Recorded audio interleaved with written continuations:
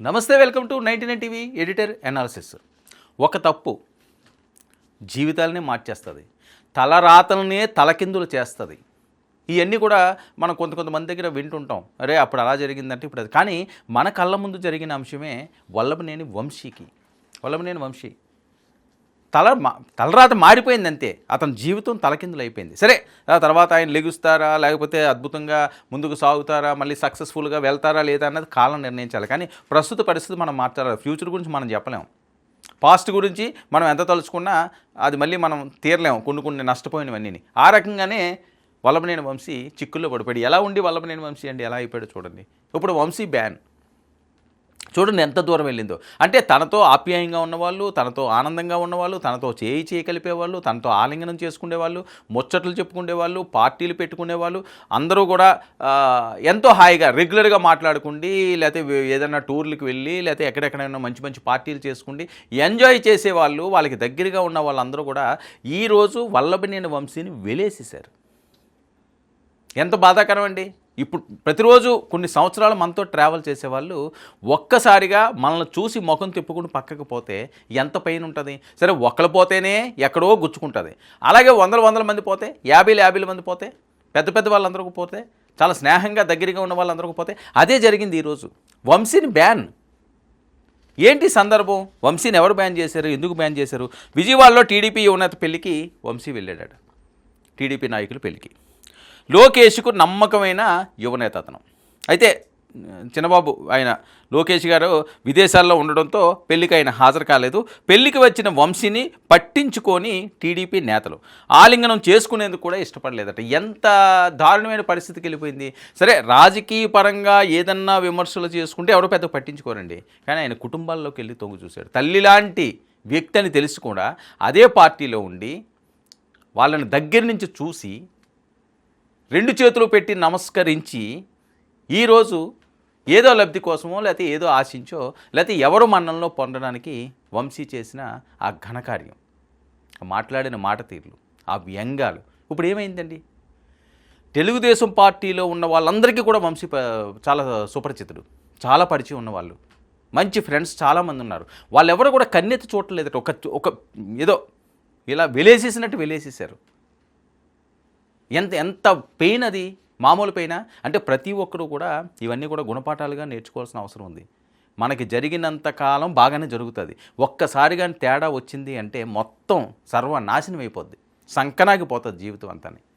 అదే పరిస్థితి చాలామందికి ఉంది. అందులో భాగంగా వంశీ కూడా. సరే, వంశీ వైఎస్ఆర్సీపీలో టికెట్ ఇస్తారా, ఆయన గెలుస్తాడా గెలడా ఎంత కూడా తర్వాత అవసరం. కానీ ఎంత పెయిన్. ఒక పక్క జైల్లోనే నరకం అనిపించి వచ్చాడు ఆయన. అసలు ఎలా ఉన్నాడు, ఎలా అయిపోయాడు, ఆ మనిషిని చూస్తే అర్థం కాదా ఎలా ఉన్నాడు అని? ఎలా వెళ్ళాడు ఆయన, ఎలా వచ్చాడు? సో అక్కడే నరకం చూసి వచ్చాడు. బయటకు వచ్చిన తర్వాత కూడా అది శాపల్లా వెంటాడుతుంది. ఈయన చేసిన తప్పులు జైల్లోనే అనుభవించాడు, బయటకు వచ్చిన తర్వాత కూడా శాపల్లా వెంటాడుతుంది. అది కదా పెయిన్, తీర్చలేని పెయిన్. ఎవరు కూడా. పెళ్లికొడుకు తరపు హాజరైన లోకేష్ టీం, సీనియర్ టీడీపీ నేతలు హాజరు. పెళ్లికి వచ్చిన మంత్రి రామ్మోహన్ నాయుడు. వంశీ రాకతో టీడీపీ నేతలు అలర్ట్.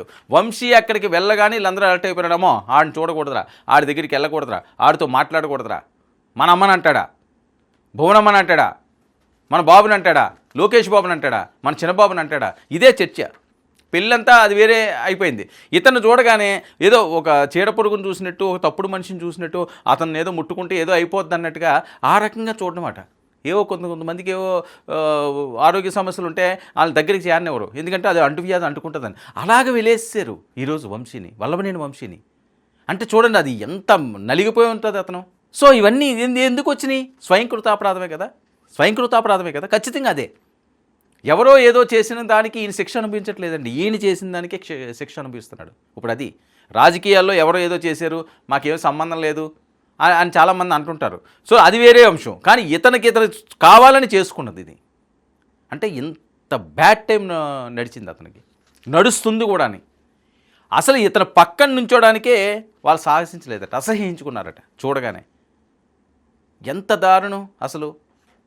అది పగోడు కూడా అలా రాకూడదేమో అలాంటి సిచ్యువేషన్. మరి అతను ఎలా భరించాడు? చాలా ఇబ్బందులు పడ్డాడని. ఇక తెలిసిన టీడీపీ నేతలతో వంశీ ఆలింగనం. అప్పటికే ఓ కంట కడిపెడుతున్న లోకేష్ టీం అట. వంశీ పెళ్లి మండపం దగ్గరికి రావాలని గమనించిన రామ్మోహన్ నాయుడు వంశీని తన వైపు రావద్దని సెక్యూరిటీ సిబ్బందిని ఆదేశించిన సెంట్రల్ మినిస్టర్. సెక్యూరిటీ సిబ్బందిని కూడా ఆయన ఎలా కడుసంగా ఆదేశించాడు రానివ్వకండి అని. ఎందుకంటే అతను చూడడానికి ఇష్టం లేదండి, అతనితో మాట్లాడడానికి ఇష్టం లేదు, అతనితో షేక్ హ్యాండ్ తీసుకోవడానికి కూడా వాళ్ళకి చిరాకు. ఆ స్టేజ్కి వెళ్ళిపోయాడు. వంశీని అంత దారుణంగా చూసే పరిస్థితికి అతను వెళ్ళిపోయాడు, అతను తెచ్చుకున్నాడు. ఇక 2 నిమిషాలు మాత్రమే వంశీని తన వైపు రావద్దని సెక్యూరిటీ సిబ్బందికి ఆదేశించిన సెంట్రల్ మినిస్టర్ 2 నిమిషాలు మాత్రమే వంశీతో మాట్లాడి పెళ్లి మండపం ఒకవేళ ఇంక తప్పదు వచ్చాడు, బలవంతంగా వచ్చేస్తే ఎవడాపుతాడు, ఆయన పట్టుకుని ఆపిలేరు కదా. సరే ఆ రకంగానే వచ్చాడట. వస్తే ఏదో మాట్లాడినట్టుగా చూసి చూడనట్లుగా వెళ్ళిపోయాడట అతను స్టేజ్ మీదకి. వంశీనికి కనిపించకుండా టీడీపీ నేతలు యత్నం, కొందరు భోజనాల వైపు మరి కొందరు బయటకు వెళ్ళిన లీడర్స్, ఎప్పుడు బయట పడతామా అని అనుకున్న కొంతమంది టీడీపీ నేతలు వంశీని కలిస్తే లోకేష్కు టార్గెట్ అవుతామని టెన్షన్. సరే లోకేష్ టార్గెట్ అవుతారో, లోకేష్ అవదని కాదు, తెలుగుదేశం పార్టీలో ఉన్న వాళ్ళు ఎవరో కూడా వంశీని లేకపోతే ఇప్పుడు కొడాలి నానిని రోజాని లేకపోతే కొంతమందిని వాళ్ళకి ఉన్నది ఒకటి. ఇప్పుడు వైఎస్ఆర్సీపీలో ఉన్న వాళ్ళు కూడా కొంతమంది అంటే ఇష్టపడరు. ఎందుకు ఇష్టపడరు అంటే వీళ్ళకి అమితమైన ప్రేమ ఆ నాయకుల మీద. వాళ్ళ ఇంట్లో వాళ్ళనన్నా మన ఇంట్లో వాళ్ళని అన్నంతగా పెయిన్ తీసుకుంటారు వీళ్ళు. అది ఇక్కడ వచ్చింది. అది వీళ్ళ వాళ్ళ అన్నది కాదు. అదే తీరులో ఈరోజు వంశీయుడి గురించి తెలుగుదేశం పార్టీ నేత ఎవరో సాఫ్ట్గా ఉండరు, ఎవరో అతనితో స్నేహం చేయాలనుకోరు, ఎవరో అతను ఆలింగనం చేసుకుందాం అనుకోరు, ఎవరో అతనికి సెకండ్లు ఇద్దామని అనుకోరు. ఒక ఏదో తప్పుడు మనిషిలాగే చూస్తారు. వెలేసిస్ అని చెప్తున్నారు కదా, బ్యాన్ వంశీ బ్యాన్. ఇక అందుకే వంశీ వైపు వెళ్లేందుకు ఇష్టపడని తమ్ముళ్ళు టీడీపీ నేతలను కలిసే ఉద్దేశంతో మ్యారేజ్కు వచ్చిన వంశీ అంటూ ప్రచారం.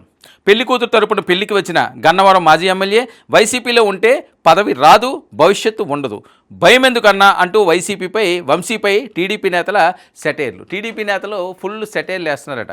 ఎందుకన్నా నీ ఆరోగ్యం పాడు. కొంతమంది అంటే క్లోజ్గా ఉన్నవాళ్ళు కాకుండా చిన్న వాళ్ళు ఉంటారు కదా, వాళ్ళని పెద్దగా పట్టించుకోవాల్సిన అవసరం కూడా లేదు.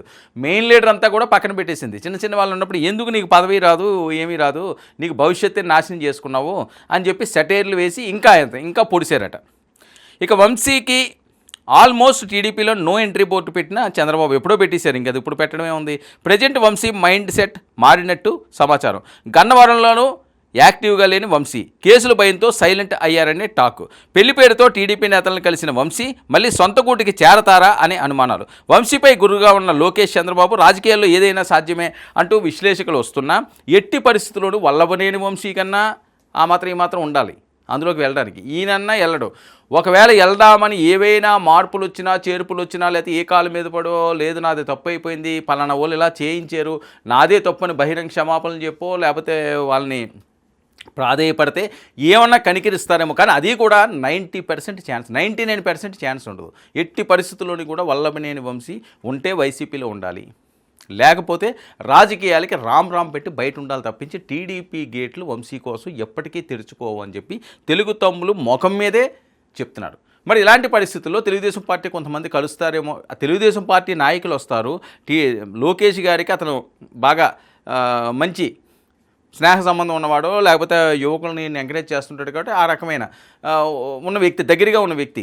సో అతని పెళ్ళికి ఖచ్చితంగా తెలుగుదేశం పార్టీ శ్రేణులు వస్తారు. ఈయన అమెరికాలో ఉన్నాడు కాబట్టి ఈయన రాలేదు, మిగతా వాళ్ళందరూ వస్తారని తెలిసినా వంశీ అక్కడికి వెళ్ళారు అంటే అర్థం ఏంటి? సరే ఏమవుతున్నదో చూద్దాం, ఒక ట్రైల్ వేద్దాము అని చెప్పి కానీ వెళ్ళారేమో. ఆ ట్రైల్ ఏం కాస్తంటే వికసించింది. ఆయన్ని ఏదో ఒక చీడపురుగు కింద, ఒక తప్పుడు మనిషి కింద వెలేసి పక్కన పడేశారు. దీంతో ఇంకా ఆవేదనతో ఇంకా కుంగిపోతున్న వల్లభనేని వంశీ. ఇదంతా ఏంటంటే చెప్పేది, మనం చేసే తప్పులు ఏవైతే ఉన్నాయో అవి శాపాలుగా మన చుట్టే వైఫైలాగా తిరుగుతూనే ఉంటాయి. సో రాజకీయ నాయకులు అవనియండి, మామూలు వ్యక్తులు అవనియండి, కొంతవరకు లిమిట్స్ ఉంటాయి. లిమిట్స్ వరకు ఏదన్నా చేయండి. లిమిట్స్ క్రాస్ అయ్యేలాగా, మన జీవితాలని మనమే నాశనం చేసుకునేలాగా, మన భవిష్యత్తును మనమే చిదుముకునే విధంగా ఇలా చేస్తే జరిగేది ఇలా అంటున్నారు.